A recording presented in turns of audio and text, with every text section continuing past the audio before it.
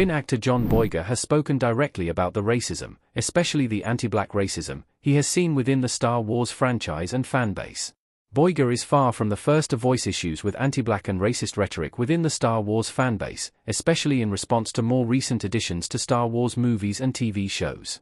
Not only the sequel trilogy but also shows like The Acolyte have received the brunt of these attacks online, which isn't to overlook how other black Star Wars actors, like Ahmed Best, have been similarly targeted. Finn actor John Boyega is absolutely not mincing words when it comes to the pervasive issue of racism seen within the Star Wars franchise and fanbase. Per Entertainment Weekly, Boyega went on to highlight that some will argue that the fanbase isn't racist because characters like Lando Calrissian and Mace Windu weren't as heavily scrutinized. To that, Boyega said, "It's like telling me how many cookie chips are in the cookie dough. It's like, they just scattered that in there, bro."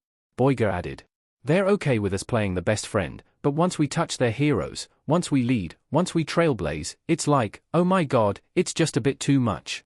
They're pandering." Boyega is likely to face exactly the type of backlash he is speaking about in this interview in response to his comments, although that should only validate what he's saying all the more. John Boyega is right about Star Wars problems with racism. It's a shame that it's on Boyega to make these points, but he's correct. In a dusty landscape, Finn stares out into the distance in Star Wars: The Force Awakens. However unpopular Boyega's comments may be with some in the Star Wars fanbase, he is absolutely correct about the Star Wars franchise and fanbase's issues with racism. After all, Boyega's own frustrations with the Star Wars franchise seem to have begun when Finn was entirely sidelined in the sequel trilogy.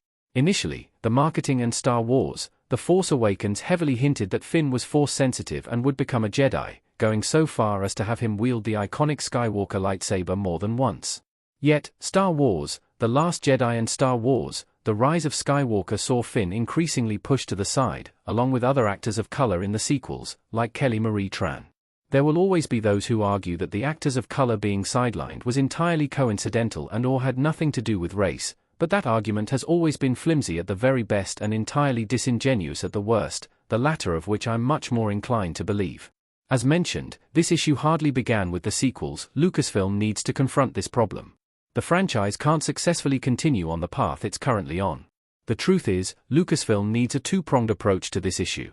On the one hand, the franchise absolutely has to address these issues within the fanbase and call out this behavior of online harassment as entirely unacceptable, the way that Star Wars actors of color like John Boyega have. The cancellation of The Acolyte was the opposite of this, it's worth noting.